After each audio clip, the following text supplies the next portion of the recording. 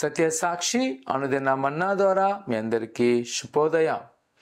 నేటి యొక్క వాగ్దానము ద్వితీయోపదేశ కాండము 28వ అధ్యాయం 8వ వచనం. నీ దేవుడైన యెహోవా నీకిచ్చిన దేశములో ఆయన నిన్ను ఆశీర్వదించును. ప్రియమైన సహోదరి సహోదరులారా, ఇశ్రాయేలు ప్రజలు ఐగుప్తు యొక్క దేశం నుంచి కానాన్ దేశానికి ప్రయాణం అవుతున్నప్పుడు దేవుడు ప్రవక్త అయిన మోషే గారి ద్వారా అనేకమైన విషయాలను తయారు చేస్తూ, ఇదిగో నేను మీకు వాగ్దానం చేస్తున్నాను, నీ దేవుడైన యెహోవా నీకు ఇచ్చే దేశములో ఆయన నిన్ను ఆశీర్వదించును. మీరు ఏదైతే వాగ్దాన దేశంలోకి వెళ్తున్నారో, ఏదైతే మీరు ఉన్నతమైన కానాను ప్రాంతంలోకి వెళ్తున్నారో అక్కడ నేను ఆస్వాదిస్తాను. అయితే ఆ ప్రాంతంలో ప్రభు మిమ్మల్ని ఆస్వాదించాలంటే ఆయన మీకు తెలియజేసిన ప్రతి ఆజ్ఞలందు మీరు నమ్మకించాలి. వాటి మీద మీరు ఆధారపడినప్పుడు ప్రభు మీకు సహాయము చేయును.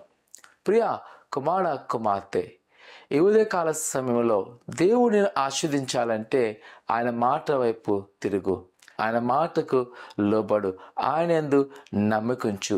ప్రభు నిన్ను ఏ విధముగా నిన్ను తీసుకుని ఆశపడుతున్నావో అటు రీతిగా కానీ నువ్వు సిద్ధపడినట్లయితే, ఆయన మాటకు కానీ విధేయత కలిగి ఆయన వాక్యానుసారంగా మనం ప్రయాణం చేస్తున్నట్లయితే దేవుడంట మన పట్ల ఆయన అద్భుతమైన కార్యములను చేయును. ఒకవేళ ఈరోజు నువ్వు అనుకోవచ్చు, దేవుడిని ఆశ్రయించడేమో. లేదు నా ప్రసంగమా, ఆయన నమ్మకించువాని, ఆయన కట్టెలు అనుసరించువాని, ఆయన మాటలందు ఎవరైతే ఉంటారో వారు ఏదైతే అడుగుతారో అనుగ్రహించే దేవుడు. ఈరోజు ప్రభు నిన్ను ఆశ్రయించబోతున్నాడు. ఆయన మాటలందు నమ్మకించుతావా, వెంబడిస్తావా? ప్రార్థన చేసుకుందాం. పరిశుద్ధుడా దేవా, నీ కొన్నాళ్ళు నీ బిడ్డలైన వారిని జ్ఞాపకం చేసుకొని నీ దైవాశీర్వాదంతో నింపండి, నీ కృపతో నింపండి, నీ వాత్సల్యముతో నింపండి.